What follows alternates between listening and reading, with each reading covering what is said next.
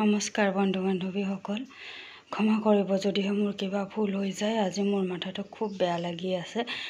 মই সৰিয়হৰে মাছ বনাব খুজিছোঁ, সেয়েহে প্ৰথমতে মাছখিনি অলপ ভাজি লৈছোঁ।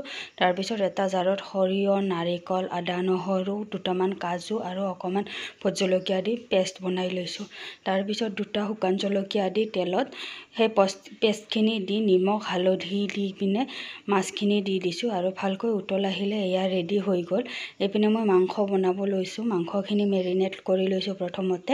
তাৰপিছত ধুনীয়াকৈ কৰ্ণফ্লাৱাৰ অকণমান দি ভালকৈ সানি লৈছোঁ আৰু এয়া চিকেন ফ্ৰাইৰ নিচিনাকৈ ফ্ৰাই কৰি লৈছোঁ, মানে পকৰাৰ নিচিনাকৈ।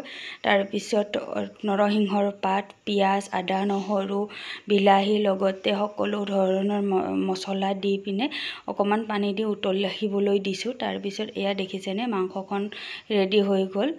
অৱশেষত অকণমান গৰম মছলা দি দিছোঁ। এয়া মোৰ মাংস ৰেডি।